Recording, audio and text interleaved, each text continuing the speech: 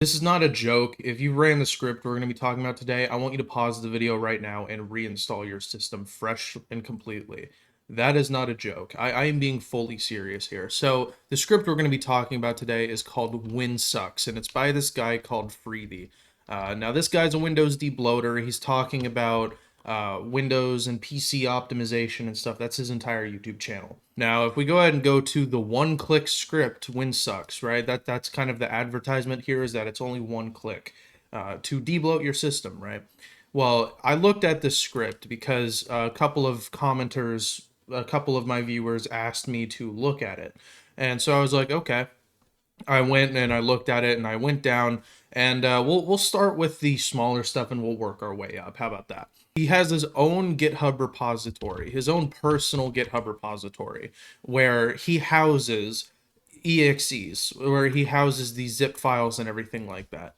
You should never do this because this is a personal GitHub repository that he owns and controls, that he's hosting, where he's hosting these exes that he's just arbitrarily downloading and running with administrator privileges, by the way.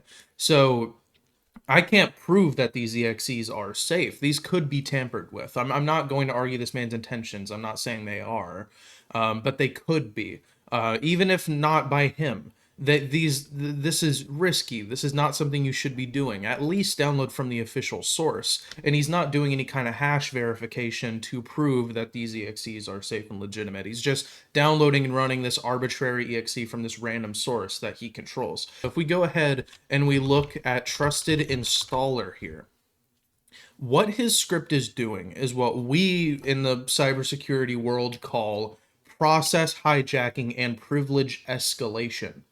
He's already running as administrator, which, by the way, Windows debloaters, running as administrator, that's expected.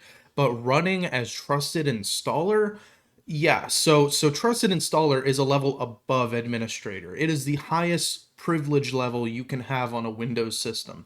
What he's doing is he's hijacking the trusted installer process, terminating it, replacing it with his own custom arbitrary payload, and then running that as trusted installer with its privilege level. No legitimate programmer or anything ever needs to do this. That is a terrible thing. Let's not even just talk about the security side of things for a minute here. The instability that this could cause on your system if anything goes wrong in this process is detrimental. And what's worse is that he messes with WinLogon. WinLogon is the service, is a core service of your system that handles logging into your system and handles your credentials. It handles that screen you get whenever you first log into your computer. You have to type in your password. And the reason why he's doing it here is for something called persistence. He wants this script to run every single time you log into your system. Every single time you boot your system, this man's custom script is going to run at logon. So he's tampering with the logon process of Windows now, which no program should ever do, because if anything goes wrong with this script, with this custom script, if a Windows update happens maybe and it messes up something in the script, anything like that, you can be permanently logged out of your computer. That is a bad thing. You do not ever mess with WinLogon. No legitimate program ever would. And what gets worse is this Windows debloater, for some reason, completely dismantles the security apparatus of your system. I know that some people in this like debloating space, and some people believe that disabling Windows security is going to give you more frames or improve your latency.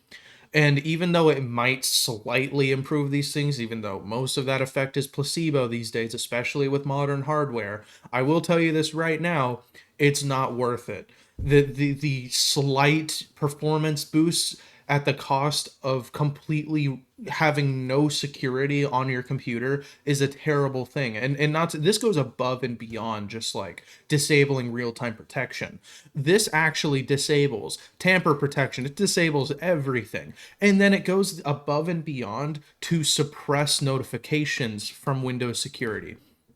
If malware runs on your computer, let's say this WinSux script and it's free the guy, this is completely legitimate, right? Which it isn't, but let's say that it is, right? even past running this script, if you do accidentally run malware or malware executes on your system or something, which is pretty likely considering your system is very vulnerable right now, you won't even get notified that malware just ran on your system. So usually Windows Defender will be like, hey, malware just ran, threats quarantined, deal with it right now. This suppresses the notifications right here. So you will not get notified if malware will just run on your system. And what makes it even worse is he disabled UAC. UAC is the prompt that you get whenever you try to run anything as administrator. It gives you that prompt and it says like, are you sure? You click yes. This is important for security. And the reason why it covers your whole screen like that and stuff is to prevent any kind of malicious program from just running as administrator willy-nilly. It's so that you can actually explicitly see what's trying to get administrator and that you can authorize it yourself. This disables that. So any program trying to run as administrators is just going to fucking do it. And oh no, trust me, it gets even worse than this. If you look right here, device security, core isolation details, memory integrity, virtualization based security, local security authority protections, what these are kernel level protections. These and the kernel, by the way, is the lowest level into your system. That is the most deep rooted part of a Windows computer. And and it has very essential protections. And this is disabling all of those protections, these very important protections to make sure that your computer isn't just being totally fucked by malware. The kernel, if your kernel gets hacked, then that is really bad, worse than if your higher level system gets hacked. And the security in place to prevent that from happening is just being completely disabled and removed, just because I don't know if this guy thinks it's going to give you like extra frames or if it's going to like improve latency or something. Like, I'll tell you this right now, my company Raven, we have a Windows debloater ourselves called Talon, and I'm actively developing it, right? And what Talon does is it debloats your system, but it doesn't reach deep into the cores of your system. It doesn't go in the trenches, and it's not like messing with core stuff like this. It actually, everything Talon does is pretty surface level changes actually. It uninstalls apps, it like disables some services, and it changes some registry settings and whatnot. But that alone is enough to make your system much more snappier, feel a lot more performant. Raw numbers versus like actual tangible performance are two different things. And what Talon optimizes for is tangible performance.